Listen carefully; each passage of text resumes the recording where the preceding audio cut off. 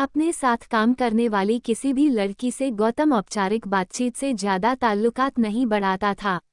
एक रोज एक रिपोर्ट बनाने के लिए उसे और श्रेया को ऑफिस बंद होने के बाद भी रुकना पड़ा और जाते जाते बॉस ने ताकीद कर दी, श्रेया को घर जाने में कुछ परेशानी हो तो देख लेना, गौतम।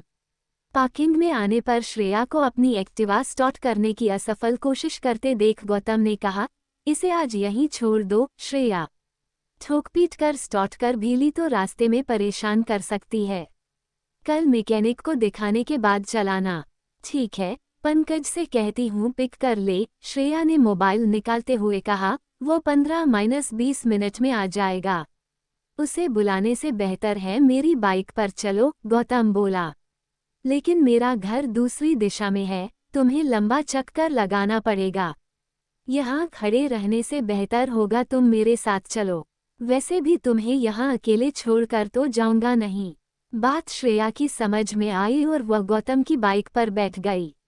घर पहुंचने पर श्रेया का आग्रह करके गौतम को अंदर ले जाना स्वाभाविक ही था। अपने पापा देवेश, माँ उमा, छोटी बहन रिया और जुड़वा भाई पंकज से उसने गौतम का परिचय करवाया। ओह, मैं समझा था पंकज तुम्हारा बॉयफ्रेंड है, सो तुम्हें लिफ्ट देने में कोई खतरा नहीं है, गौतम बेसाख्ता कह उठा। बेफिक्र रहो, पंकज के रहते मुझे बॉयफ्रेंड की जरूरत ही महसूस नहीं होती, श्रेया हंसी। इसे छोड़ने आने के चक्कर में तुम्हें घर जाने में देर हो गई, उमा ने कहा। कोई बात नहीं आंटी, घर जा अकेले चाय पीता, यहाँ सबके साथ नाश्ता भी कर रहा हूँ। उमा को उसकी सादगी अच्छी लगी। उसने गौतम के परिवार के बारे में पूछा। गौतम ने बताया कि उसके कोई बहन भाई नहीं है। माता पिता यूनिवर्सिटी में प्राध्यापक थे। अब उन्होंने प्रतियोगी परीक्षाओं के प्रत्याशियों के लिए अपना कोचिंग कॉलेज खोल लिया है। छोटी सी फैमिली है मेरी, आपके यहाँ सबके साथ रौनक में बैठकर बहुत अच्छा लग रहा है, गौतम ने श्रेया के भाई बहन की ओर देखते हुए कहा। आज पहली बार मम्मी पापा से शिकायत करूंगा कोई बहन भाई न देने के लिए। अब मम्मी पापा तो बहन भाई दिलाने से रहे, यहीं आ जाया करो सबसे मिलने।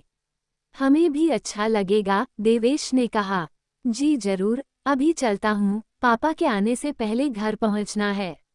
देर से पहुंचने पर पापा नाराज होंगे, पंकज ने पूछा। नाराज तो नहीं लेकिन मायूस होंगे जो मुझे पसंद नहीं है, गौतम ने उठते हुए कहा। पापा मुझे बहुत प्यार करते हैं और मैं उन्हें। उसके बाद ऑफिस में तो दोनों के ताल्लुकात पहले जैसे ही रहे, लेकिन जब तब श्रेया पापा की ओर से घर आने का आग्रह करने लगी जिसे गौतम तुरंत स्वीकार कर लेता था।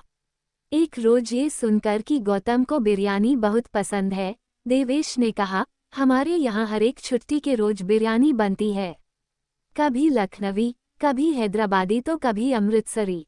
तुम किसी रविवार को लंच पर आ जाओ।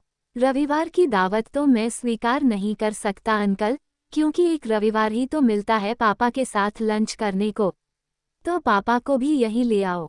हाँ, ये ठीक रहेगा, गौतम फड़क कर बोला। पापा को भी बिरयानी बहुत पसंद है। तो ठीक है, इस रविवार को तुम पापा मम्मी के साथ लंच पर आ रहे हो। मुझे उनका नंबर दो, मैं स्वयं उनसे आने का आग्रह करूंगी, उमा ने कहा। इतनी औपचारिकता की आवश्यकता नहीं है आंटी, पापा मेरे कहने से ही आ जाएंगे। मम्मी तो शुद्ध शाकाहारी हैं, इसीलिए हमारे यहाँ ये सब नहीं बनता। मम्मी को फिर कभी ले आऊंगा, रविवार को मुझे और पापा को ही आने दीजिए, कहकर गौतम चला गया। रविवार को गौतम अपने पापा ब्रजेश के साथ आया। देवेश और उमा को ब्रजेश बहुत सहज और मिलनसार व्यक्ति लगे और बाप बेटे के आपसी लगाव व तालमेल ने उन्हें बहुत प्रभावित किया।